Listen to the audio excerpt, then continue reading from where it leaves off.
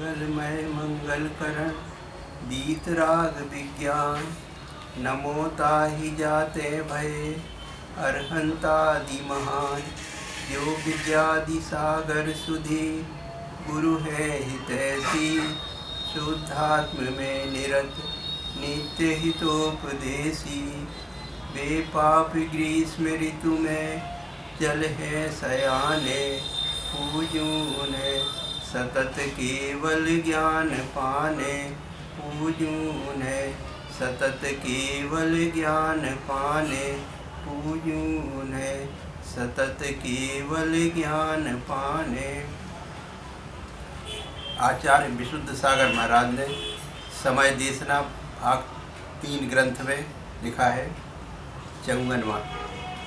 जैसे अग्नि पर रखने से दूध से पानी निकल जाता है, ऐसे ही ध्यान और तपस्या की अग्नि पर आत्मा को रखने से कर्मों का पानी विलीन हो जाता है। ध्यान करना पड़ेगा। जैन शासन की कोई मूल साधना है, उसका नाम है ध्यान सामायिक। जिसकी सामायिक प्रबल होगी उसका चारित्र नियम से निर्दोष होगा। निर्वाण जब भी होगा विश्वास रखना ध्यान से ही होगा। धर्म ध्यान, शुक्ल ध्यान, शुभ ध्यान करोगे तो निर्वाण को प्राप्त करोगे। शेष करने के लिए कुछ करना पड़ता है, पर सब कुछ छोड़ दो, यही ध्यान है। कुछ करना कठिन करना नहीं है, कठिन कुछ नहीं करना है। जीव को करने का इतना कर्तृत्व भाव जुड़ा है कि एक क्षण बिना करे नहीं रह सकता। कुछ ना हो तो मंदिर की चटाई ही तोड़ देता है, यानी बिना किए व्यक्ति रह नहीं सकता। आज से अभ्यास करो खाली बैठने का और खाली बैठकर खाली रखने का। काय योग भी जिसका भी चंचल है, उसका मन योग व वचन योग स्थिर हो ही नहीं सकता। आचार्य उमा स्वामी के सूत्र के अनुसार परिभाषा करना। जो अज्ञानी पहले मन को बस में करना चाहते हैं, वे निज आत्मा को धोखा दे रहे हैं। मन बस में कभी किसी का होता नहीं। सारी जगत में ये कहा जाता है कि मन बस करो, मन बस करो। और आचार्य उमा स्वामी कह रहे हैं, काय बांग मना कर्म योगा। पहले काय योग, फिर वचन योग, फिर मन योग बस करो। सामायिक करने को कहा जाता है तो सबसे पहले आसनों का वर्णन है। पहले आसन स्थिर करो। जब आसन स्थिर होगा फिर कहेंगे अब शांत होकर बैठ। इसलिए जो ये कहते हैं कि पहले मन में बस कर लूँगा फिर मुनि बनूँगा, तो अनंत भाव भी निकल जाएंगे, पर तू मुनि नहीं बन पाएगा। क्यों नहीं बन पाएगा? क्योंकि तू मन बस करना चाहता है। मुमुक्षु मन बस में हो जाएगा, पहले तन बस में कर लो, और तन बस में हो गया तो संयम पालन प्रारंभ हो जाएगा, और संयम में स्थिरता बनेगी तो मन बस हो जाएगा। 55वां। जैसे अमर बेल हरे वृक्ष पर चढ़ जाए तो उसको सुखा देती है और स्वयं हरी रहती है, बद्ध घातक है। ऐसे ही विषय कषाय भगवान आत्मा पर पूर्णते अर्थात आच्छादित होते हैं और उसके सहज स्वभाव को सुखा देते हैं, और विषयों की लताएँ फूलती हैं, ये बद्ध घातक हैं। ये मोह, तुम कैसा बद्ध घातक है? मेरे ऊपर सवार होता है और मुझे ही सुखा देता है, कैसा बद्ध घातक है। ये मोहियो, तुम समझ नहीं पा रहे हो। ज्यों कितनी निर्मल होती है, कोमल होती है, सुकोमल होती है, लेकिन तेरे शरीर पर ही चिपक कर तेरा ही खून चूसती है। ये विषय कोमल होते हैं, सुंदर होते हैं, अच्छे लगते हैं, लेकिन तेरे स्वात्म तत्व का ही घात करते हैं, शोषण करते हैं। ये ज्ञानी, इनसे कब तक अपने को चुसवाते रहोगे? ये ललनाओं के मधुरंग तुझे शांति देते हैं, यह तेरा ध्रुव भ्रम है, ये शांति नहीं देते। आश्रव दुख रूप है, दुख से भरा है, ऐसा जानकर जो प्रभावों से निवृत्त होता है वही ज्ञानी है। इष्टोपदेश ग्रंथ में लिखा है, वरम वृतई पदम दैवम ना वृतई तर्व नारकम छाया तमस थयोर्भेदा प्रतिपाल यतोर मान। वृत्ति बनकर स्वर्ग जाना श्रेष्ठ है, अवृत्ति बनकर नरक जाने की अपेक्षा। धूप में चलने की अपेक्षा छाया में बैठना श्रेष्ठ है कि नहीं? यथार्थ मानो जो संसार विषय सुख होता तो तीर्थंकर क्यों त्यागे। तीर्थंकरों को भी संसार से डर लगा तो छोड़कर चल दिए। अहो विचारो विचारो, घर में आनंद नहीं निज घर में ही है। अपनी कसायों को मंद कीजिए, परिणामों को भद्र कीजिए और संपूर्ण अंत पंथ संत आदि के रागों से मुक्त होकर, विज्ञान के विकल्पों से मुक्त होकर एकमात्र वीतराग विज्ञान पर जोर देना सीखो, यदि पंचम काल में अपने सम्यक की रक्षा करना चाहते हो।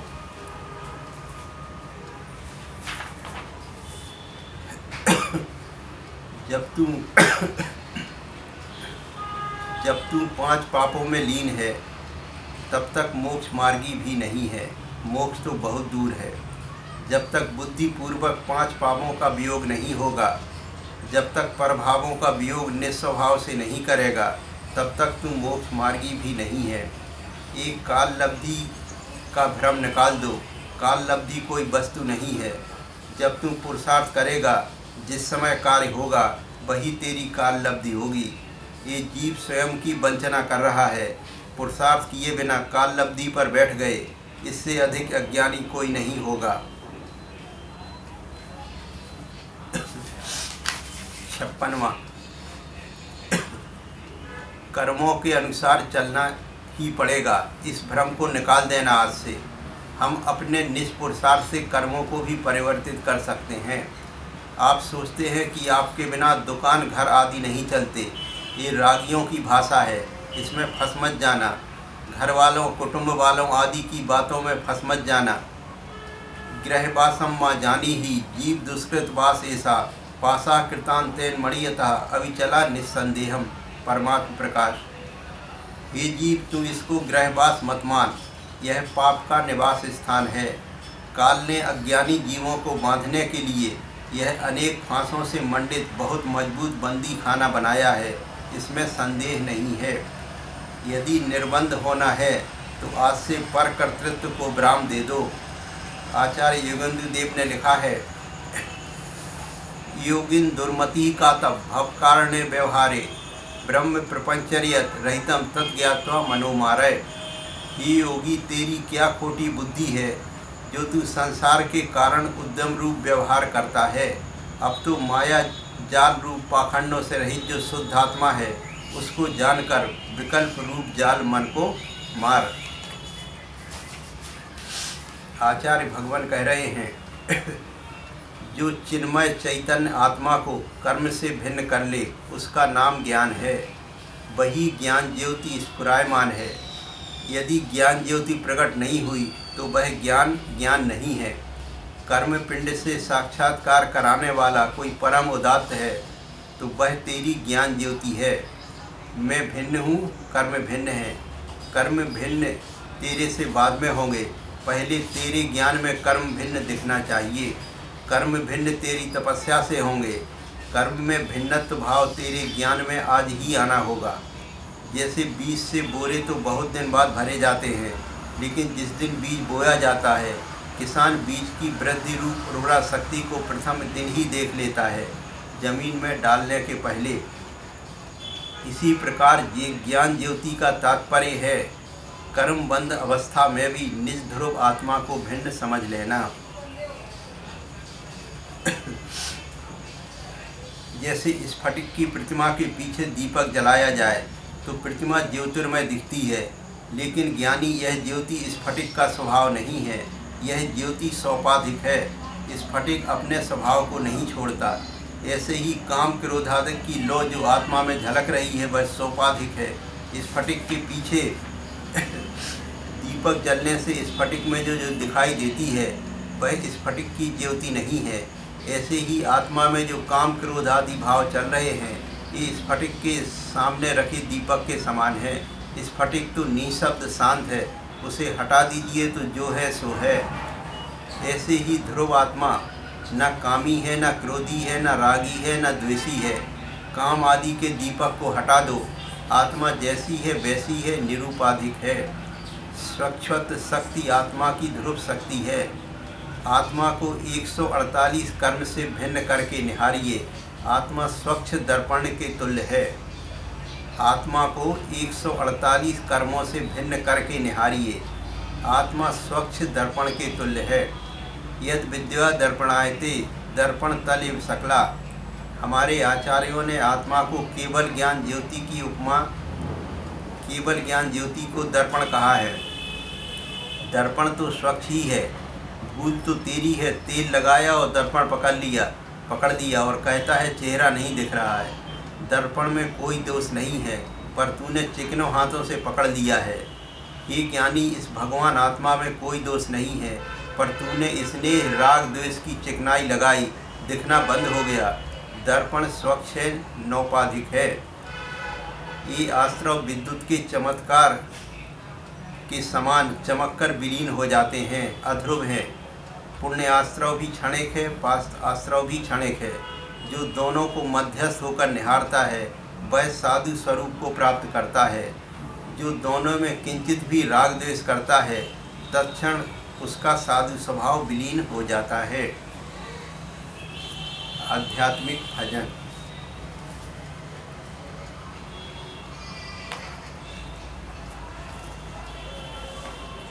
पहला, समकित से कब निज आत्म का श्रृंगार करोगे।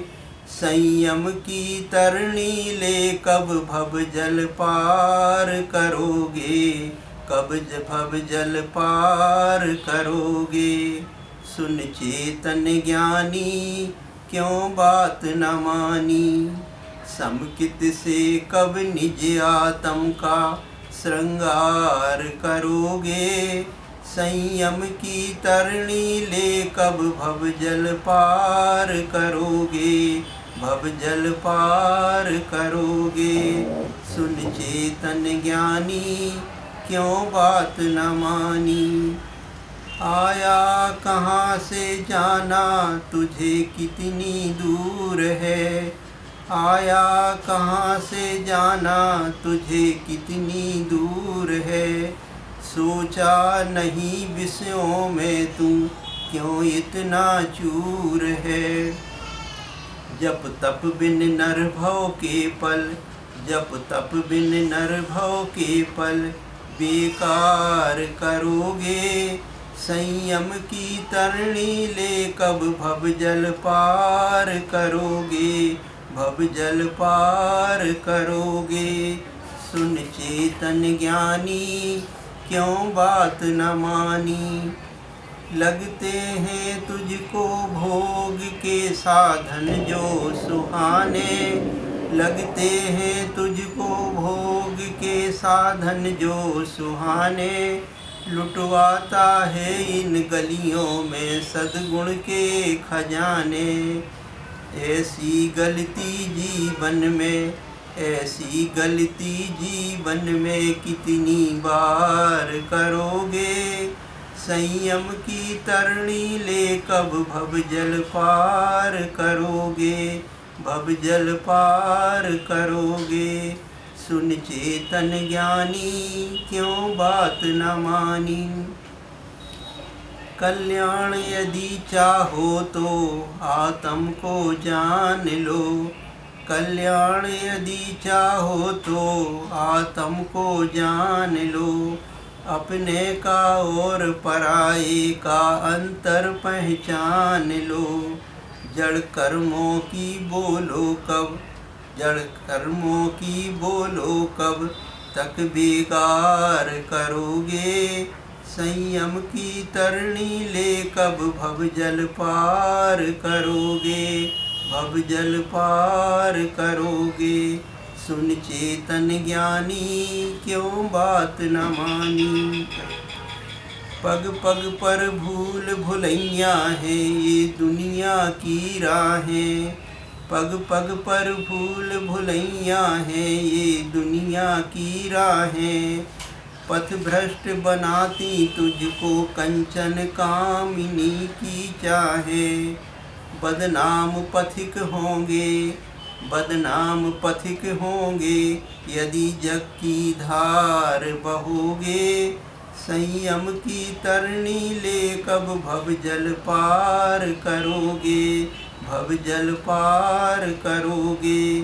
सुन चेतन ज्ञानी क्यों बात न मानी।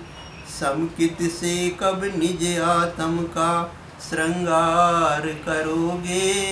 संयम की तरणी ले भव जल पार करोगे। भव जल पार करोगे। सुन चेतन ज्ञानी क्यों बात न मानी। दूसरा,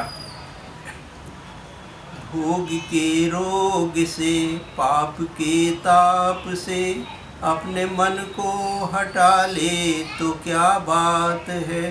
सारी दुनिया का एकदम भरम छोड़ दे, आत्मचिंतन जगा ले तो क्या बात है।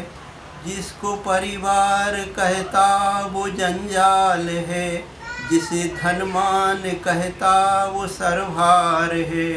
मोह माया का चक्कर हटा कर कि तू जिन चरण जो लगा ले तो क्या बात है। भोग के रोग से पाप के ताप से अपने मन को हटा ले तो क्या बात है। राग की आग में द्वेष की कीच में फंस गया बीच में क्यों संभलता नहीं। राग की आग में द्वेष की कीच में फंस गया बीच में क्यों संभलता नहीं। चांद सी आत्मा ग्रहण में दब गई, फिर इसे जगमगा ले तो क्या बात है। भोग के रोग से पाप के ताप से अपने मन को हटा ले तो क्या बात है। मेरी मेरी तू कहता है मेरी है क्या, सोच ले और समझ ले बस देरी है क्या। मेरी मेरी तू कहता है मेरी है क्या, सोच ले और समझ ले बस देरी है क्या। ज्ञान की है कसौटी तेरे हाथ में, तू खरी खोटी कस ले तो क्या बात है। भोग के रोग से पाप के ताप से अपने मन को हटा ले तो क्या बात है। तीसरा, वीर प्रभु का है कहना, राग में जीव तू मत फंसना। वीर प्रभु का है कहना, राग में जीव तू मत फंसना। जीव अनादि से रुलता है, दृष्टि पर में धरता है। अब ना यह गलती करना, राग में जीव तू मत फंसना। तू तो गुणों का रत्ना कर, तू तो गुणों का रत्ना कर। पूर्णानंद महाप्रभु है, निज में ही दृष्टि धरना। राग में जीव तू मत फंसना। वीर प्रभु का है कहना, राग में जीव तू मत फंसना। गुण पर्याय का भेद न कर, शाश्वत निज में दृष्टि धर। मोक्षपुरी में ही चलना, राग में जीव तू मत फंसना। निज प्रभु का स्वागत करना, राग में जीव तू मत फंसना। वीर प्रभु का है कहना, राग में जीव तू मत फंसना। चौथा, तू जागिर चेतन प्राणी, कर आत्म की अगवानी। जो आत्म को लखते हैं, उनकी है अमर कहानी। तू जागिर चेतन प्राणी, कर आत्म की अगवानी। जो आत्म को लखते हैं, उनकी है अमर कहानी। है ज्ञान मात्र निज ज्ञायक, जिसमें है ज्ञेय झलकते। ये झलकन भी गायक है, इसमें नहीं